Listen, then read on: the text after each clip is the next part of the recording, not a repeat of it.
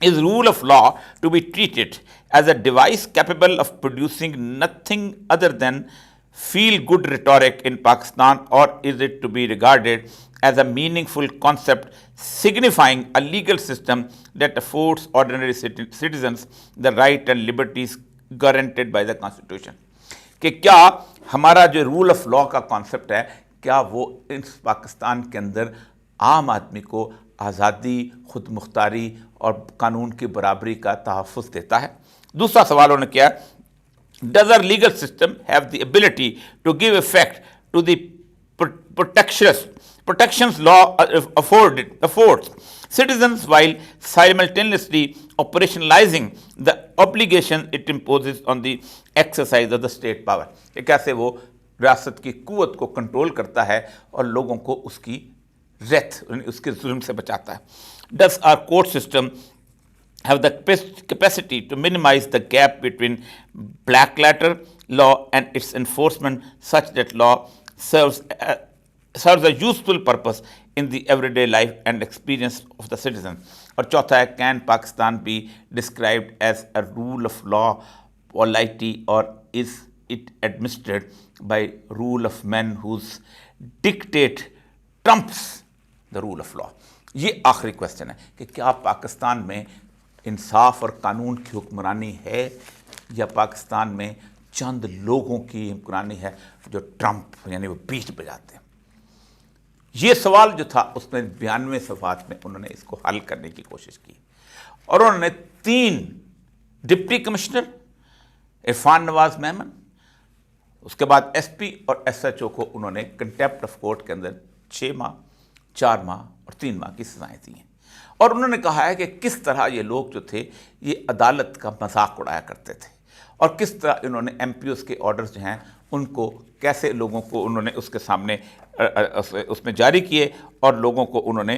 صرف جسے کہتے ہیں نا آنکھیں بند کر کے، اور پھر اس کے بعد جیسے انہوں نے عدالت کے اندر جھوٹ بولا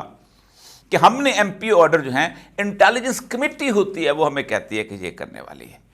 جس میں آئی بی بھی ہے، جس میں آئی ایس آئی بھی ہے۔ یہ اتنا بڑا جھوٹ ہے ڈپٹی کمشنر جو بولتے ہیں۔ میں پوری زندگی میں کم از کم 7 سال ڈپٹی کمشنر رہا ہوں، نہ کوئی ایسی انٹیلیجنس کمیٹی ایگزسٹ کرتی ہے، نہ کسی بھی ڈسٹرکٹ کے اندر ہوتی ہے، نہ کبھی ہوئی ہے۔ یہ ایم پی او آرڈر صرف اور صرف ڈپٹی کمشنر جو ہے وہ کسی کے کہنے پر، خواہ اس کا باس نواز شریف ہوتا تھا، خواہ اس کا باس زرداری ہوتا تھا، خواہ اس کا باس مشرف ہوتا تھا، خواہ اس کا باس اور چیف منسٹر ہوتا تھا، وہ جاری کرتے تھے اور مخالفین کو لے کیا کرتے تھے۔ اس کے اندر انہوں نے ایک رول طے کیا ہے، اگر ان کو آپ یہ سزا جو ہے ان کو کنٹیمپٹ آف کورٹ میں سزا دی جائے، پہلی بات تو یہ ہے کہ کیا پاکستان کے اندر اس بیوروکریسی کو یہ پہلی دفعہ ایسا ہو رہا ہے؟ ان کے ساتھ ہمیشہ کہیں نہ کہیں اس طرح کا ہوتا رہا، لیکن یہ بچ جاتے رہے۔ یہ کنٹیمپٹ آف کورٹ کے اندر پبلکلی اس وقت یہ پہلی دفعہ سامنے آئے۔ میں طویل عرصے سے کہتا چلا آیا ہوں کہ پاکستان کے اندر قانون اس وقت ٹھیک ہوگا جس دن جامعہ حفصہ کے اوپر آپریشن کرنے والے لوگ، جس دن ماڈل ٹاؤن کے لوگوں کو شہید کرنے والے اور 14 مارنے والے، جس دن سائیوال کے واقعے کے اندر مارنے والے کٹہرے میں کھڑے کیے جائیں گے، اس دن پاکستان ٹھیک ہو جائے گا۔ آپ سوچ نہیں سکتے کہ میں نے وہ میٹنگ اس میٹنگ کے اندر موجود تھا جب ماڈل ٹاؤن والا واقعہ ہوا ہے، کہ کس طرح وہ اچھل کے کہہ رہے تھے کہ نہیں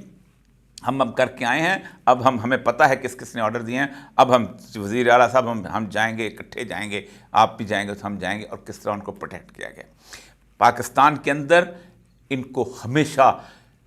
گڈ فیتھ کے نام پر کہ انہوں نے نیک نیتی سے جو کام کیا یہ پروٹیکٹ کیا۔ یہ میرے سامنے اس وقت 1959 میں بنا ہوا پہلا کمیشن ہے، یہ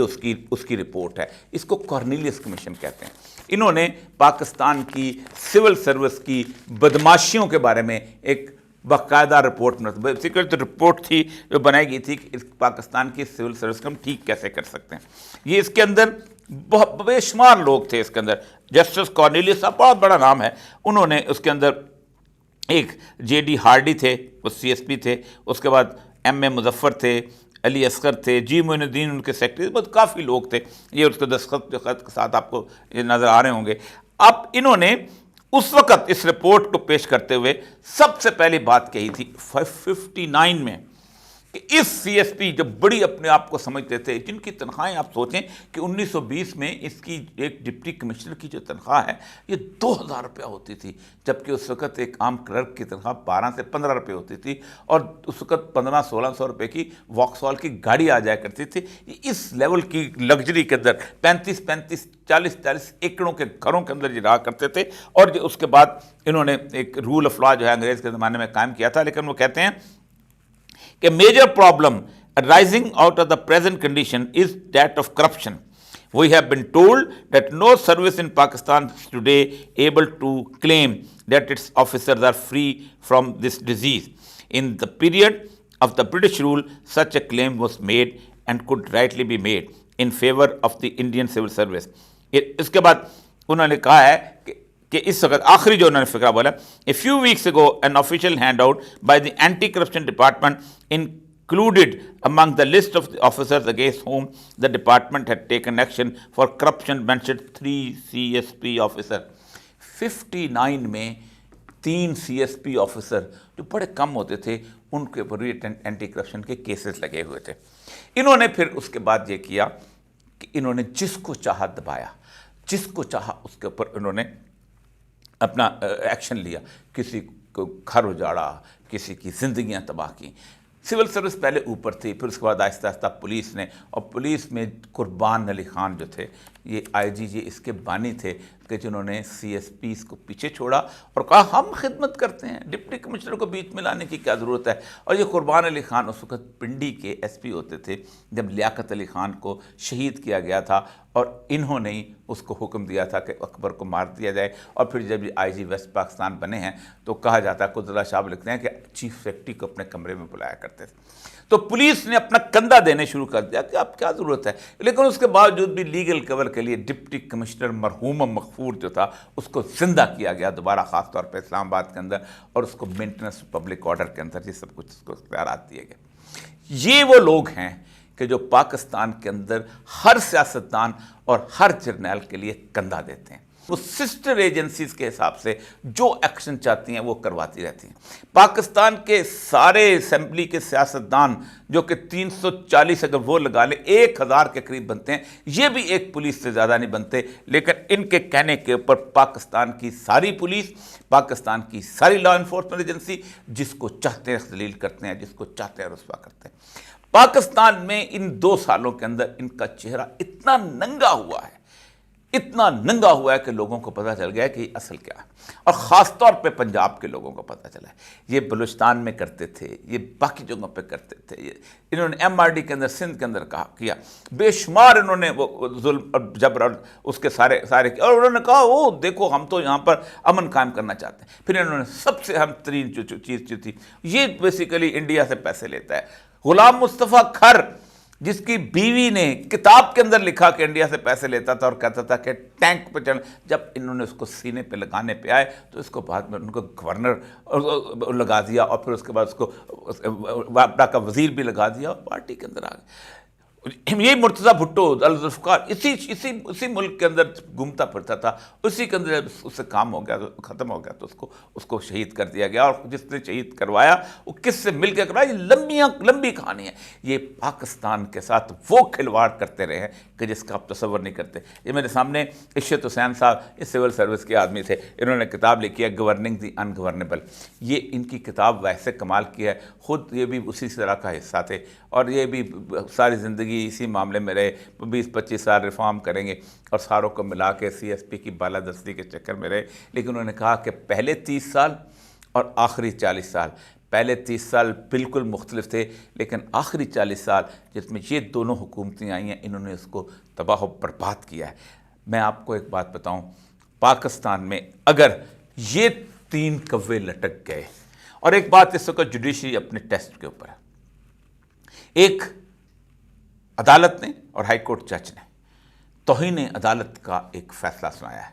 اور مجھے نہیں لگتا کہ پاکستان کے اندر کوئی وکیل، کوئی بڑے سے بڑا جج اس 92 پیجز کے اس فیصلے کے اندر، جس کے اندر اس ڈپٹی کمشنر نے اور باقی دونوں نے عدالت کا ایسا مذاق اڑایا ہے